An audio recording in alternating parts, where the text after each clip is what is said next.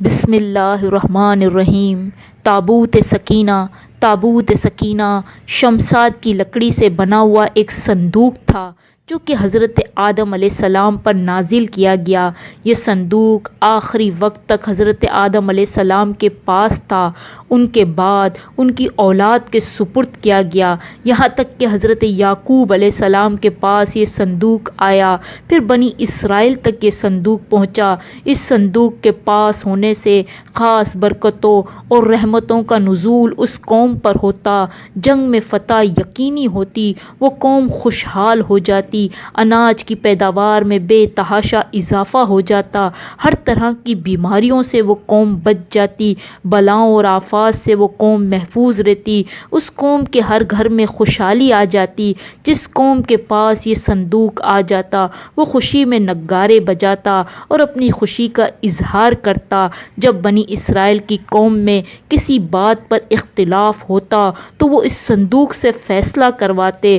اس زمانے میں تابوت سکینہ سے آواز آتی تھی۔ تابوت سکینہ میں حضرت سلیمان علیہ السلام کی انگوٹھی، حضرت موسیٰ علیہ السلام کا عصا مبارک اور تورات کی کچھ تختیاں اور حضرت ہارون رضی اللہ تعالیٰ عنہ کا امامہ تھا۔ مشکل فیصلوں میں بنی اسرائیل تابوت سکینہ سے مدد مانگتے، لیکن جب بنی اسرائیل طرح طرح کی برائیوں میں پڑ گئی تو کفار کی ایک قوم عمالقہ نے بنی اسرائیل پر حملہ کر دیا اور تابوت سکینہ چھین کر لے گئی۔ یہ حقیقت ہے کہ جب انسان گناہوں اور برائیوں میں ڈوب جاتا ہے تو اللہ اس سے نعمتوں کو چھین لیتا ہے۔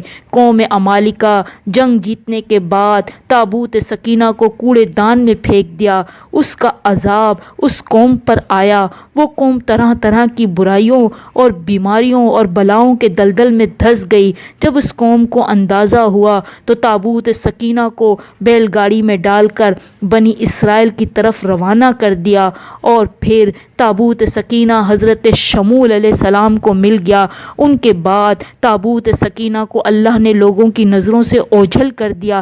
یہ راز ہے کہ کیا تابوت سکینہ آسمانوں پر اٹھا لیا گیا یا زمین کی 7 تہوں میں چھپا دیا گیا، لیکن تابوت سکینہ کا ذکر قرآن میں سورہ بقرہ میں آیا ہے۔ اس تابوت کو فرشتے اٹھاتے تھے۔ رسول خدا صلی اللہ علیہ وآلہ وسلم سے حدیث مبارکہ ہے کہ امام مہدی تابوت سکینہ کو انطاکیہ کے ایک غار سے نکالیں گے اور توریت کو شام کے ایک پہاڑ سے نکالیں گے اور تابوت سکینہ کے ذریعے یہودیوں پر حجت قائم کریں گے، جس کی بنا پر بہت سے لوگ اسلام قبول کریں گے۔